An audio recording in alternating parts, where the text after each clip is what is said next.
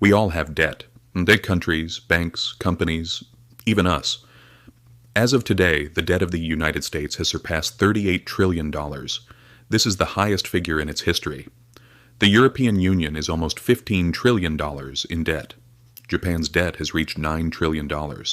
Even oil billionaire Saudi Arabia, even export giants like Germany and China live with debt. Here, a simple question mark appears in one's mind.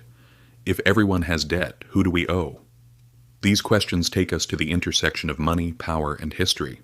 Because debt is not just a problem, as we tend to think. It is actually the skeleton of the new world. Wars, crises, economic collapses, and rises are all built on this invisible debt system. When you trace this chain of debt backward, you realize something. The world is not actually indebted to a single person or a single country. It is indebted to itself. But that does not mean everyone benefits from this system equally. As of today, total global debt has surpassed $316 trillion. This figure is nearly 3 times the size of the global economy. So how did we get here? To understand this, we need to go much further back than bank loans or mobile apps. In fact, the idea of national debt was not born on Wall Street, as many think, but in war. In 1694, England was at war with France, and the gold in the treasury was almost gone. The king found the solution in making a deal with merchants. The merchants offered this condition. If you pay us regular interest with the taxes you will collect in the future, we will give you the money you want now. The Bank of England was established solely to manage this agreement. This was an incredible step for the world of that era. The state could now spend money it had not yet earned. And the lenders received something extremely valuable, a tradable promise from the state. This is how government bonds were born. Then this model spread. France adopted it. The Netherlands refined it. The newly founded America financed its revolutions and expansion with it. Over time, debt stopped looking like a failure. On the contrary, it became a way of saying, this state is trustworthy. If you could borrow, you could govern. In the past, empires conquered land for plunder. Today they issue bonds for interest. The battlefield gave way to the balance sheet. When we look at today, the picture becomes even more interesting. Every country has debt. Every bank lends to everyone.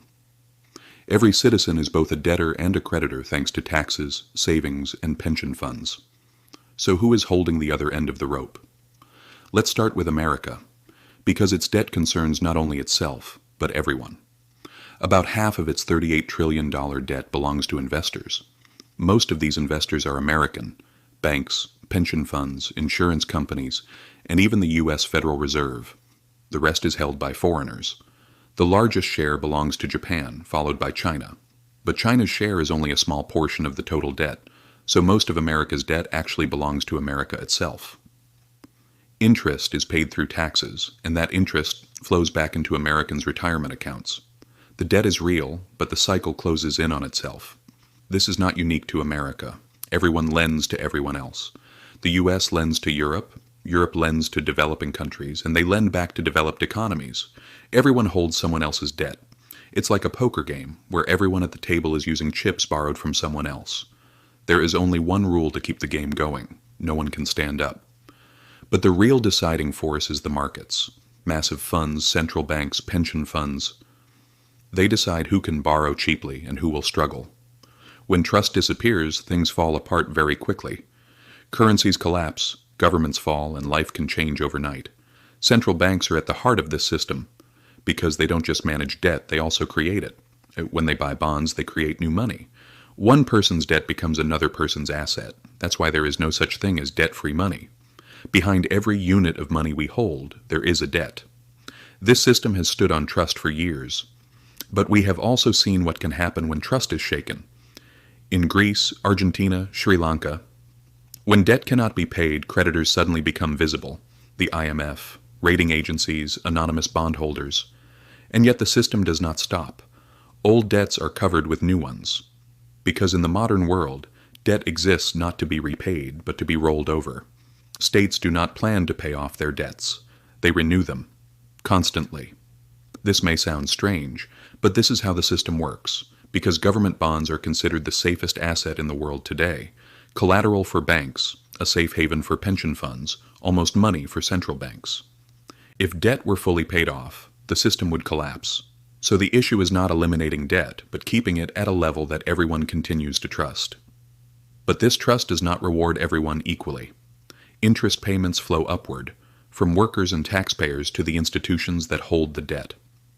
So debt is not just a transfer between countries, but also between people. That's why as debt increases, inequality increases as well. No one is solely to blame. Not China, not Wall Street, not the IMF. We are all inside this system. Debtors and creditors are parts of the same machine. The real question is this: what happens if the machine stops one day?